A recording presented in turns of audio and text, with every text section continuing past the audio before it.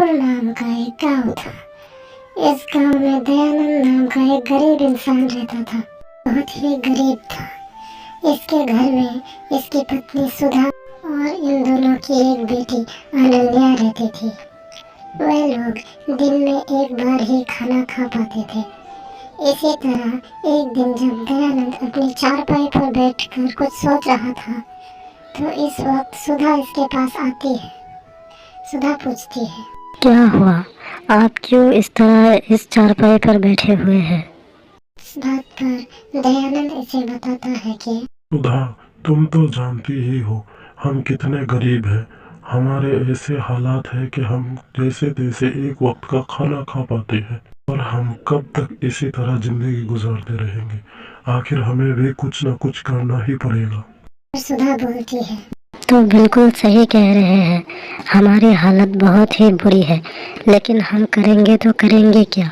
हमें तो मेहनत मजदूरी के अलावा कुछ और आता ही नहीं है। बात पर दयानंद अपनी बीवी को बोलता है, भले ही हमें कुछ न आता हो, मगर हमें अपनी गुजारा करने के लिए कुछ न कुछ तो करना ही पड़ेगा। दयानंद और सुधा ऐसी ही बातें कर रहे थे कि इसी दरमियान इनकी बेटियां आ जाती हैं। अनन्या अपने माता पिता को बात करते हुए देखती है तो उनसे पूछती है, क्या हुआ, आप दोनों किस बारे में बातें कर रहे हैं? अनन्या के पूछने पर उसके माता पिता उसे बताते हैं कि वो लोग कितने गरीब हैं और वो लोग अपने हालात से बाहर निकलना चाहते हैं, लेकिन उनके पास कोई भी जरिया नहीं है। दयानंद और सुधा की इन बातों को सुनकर अनन्या भी सोच में लग जाती है। फिर अचानक से अनन्या के दिमाग में एक बात आती है।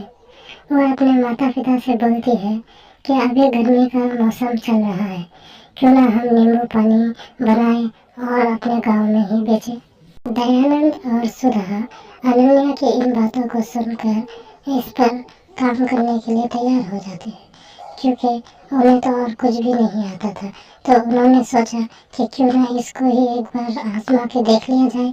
अगले दिन सुबह सवेरे ही दयानंद बाजार चला जाता है और बाजार से नींबू पानी बनाने के सारे सामान को घर पे लाता है। और सुधा इन नींबुओं को अच्छे से साफ करके इनका रस निकालती है। में दयानंद और सुधा दोनों ही मिलकर नींबू के रस से नींबू पानी बनाते हैं। इसके बाद से दयानंद गांव में एक ठेला लगाता है, जहाँ पे वो अपने सारे नींबू पानी को लाकर रखता है और वहीं से इसे बेचने लगता है। पहले दिन तो इसके पास कोई भी ग्राहक नींबू पानी खरीदने नहीं आता है। उसके बाद दयानंद बिना नींबू पानी बेचे शाम को घर वापस आ जाता है। अगले दिन दयानंद फिर से नींबू पानी के ठेले को गांव में लगाने के लिए ले जाता है। दयानंद अपना ठेला लगा ही रहा होता है कि इसे दूर एक दरख्त के नीचे एक आदमी पड़ा हुआ दिखाई देता है। दयानंद जल्दी से इसके करीब जाता है। दयानंद इस आदमी को होश में लाता है और अपना नींबू पानी इसे पिलाता है। वह आदमी उसे बताता है कि गर्मी की वजह से उसे चक्कर आ गया था, जिस वजह से वह जमीन पर गिर पड़ा। दयानंद को धन्यवाद देता है और उसे ये भी बताता है कि उसका नींबू पानी बहुत ही अच्छा था, जिसकी वजह से उसने दयानंद को कुछ रुपए दिए। इसके बाद ही सारे गांव वाले इसके ठेले पे नींबू पानी पीने आने लगे, क्योंकि सबको गर्मी में नींबू पानी बहुत ही अच्छा लगने लगा। ऐसे ही दिन बीतते जा रहे थे। दयानंद का नींबू पानी का ठेला भी बहुत अच्छा से चल रहा था। एक दिन जब दयानंद अपना नींबू पानी का ठेला लगाया हुआ था, तो इसके पास बहुत भीड़ थी। उसी वक्त रामू इस जगह से गुजरता है। रामू दयानंद के गांव का ही एक आदमी था, जो बहुत ही लालची था। रामू दयानंद के पास इतनी ज्यादा भीड़ को देखकर इसके भी मन में लालच आ जाता है।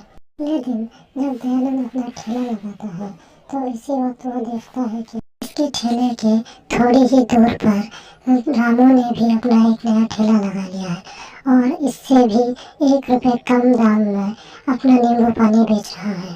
धीरे धीरे लोग कम दाम को देखते हुए रामू की दुकान की तरफ जाने लगते हैं। लोगों को रामू के हाथ का भी नींबू पानी वैसा ही लगता है जैसा कि दयानंद के हाथ का। धीरे धीरे सारे लोग दयानंद के ठेले से चले जाते हैं और दयानंद की हालत पहले जैसी हो जाती है।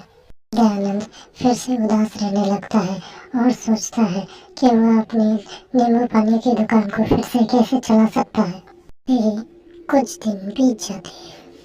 अचानक से जब एक दोपहर को रामू और दयानंद दोनों ही अपने नींबू पानी का ठेला लगाए हुए थे कि रामू के पास बहुत ज्यादा भीड़ थी और अचानक वहाँ एक आदमी गिर पड़ता है।